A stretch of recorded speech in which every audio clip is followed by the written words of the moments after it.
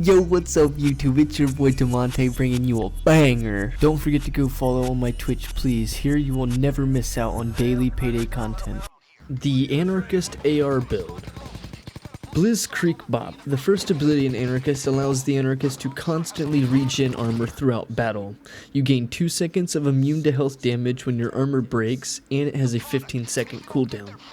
Straight Edge. It converts 50% of your HP into 100% of your armor. Death or Glory. It, does the same thing, but now changes it to 110% armor.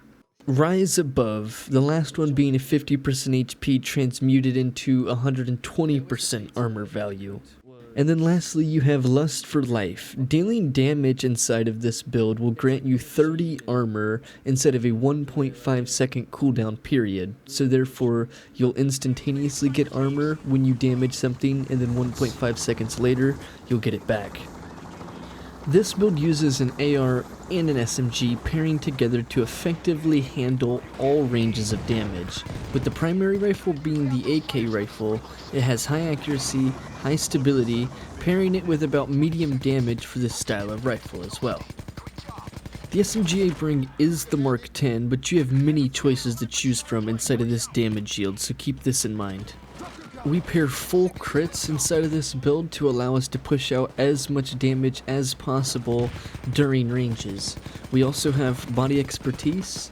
While having the Mark 10 with its fast fire rate, it brings great damage output with its also base damage that it brings as well. Pairing that with its fire rate and damage and Zerk and crits and body expertise, now you're getting into the realm of big damage. This build does prove its worth when you're using the AR, since inside of Zerk in the build you're able to one-shot hit kill enemies on that 60 damage rifle with Zerk and crits. So this damage type can be powerful with the crits being triggered. Positioning is key inside this build. You will need to determine what distances will be effective for the use of your passive armor regen, and as well what will be effective for the overall survival of the build. Now, let's get into the skills for the build here. I'm using a Partners in Crime Joker for an armor increase, since the HP increase allows my armor to be a larger value. I'm grabbing things like Bullseye and Iron Man in cognation with each other, so that Iron Man is going to allow me to have more armor and Bullseye is going to regen more armor. As I've already mentioned, we're using body expertise in this build, so that's obviously here. Next we grab full crits, and do keep in mind you can rearrange your skills a little bit here and ace low blow. But we didn't need to with the way that we was playing, so therefore I just went ahead and basic. And then inside Frenzy, we grab Berserker and Bloodthirst as usual.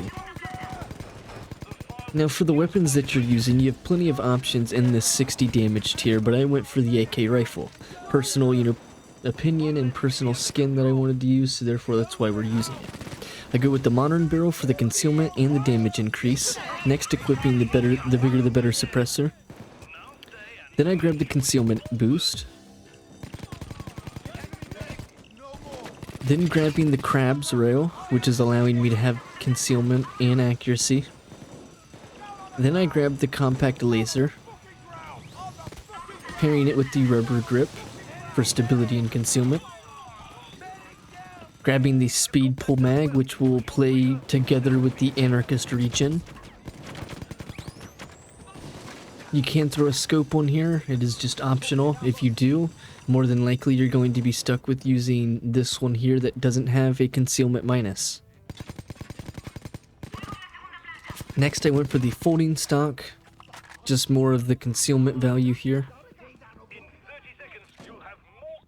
And then that is it. Now, as I've already mentioned, the secondary SMG can be swapped into different types of SMGs that are in the same damage tier, but I went for the Mark 10. I have the bigger the better suppressor, pairing it with a concealment increase.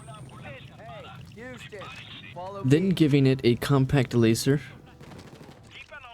Giving the custom built frame just for looks.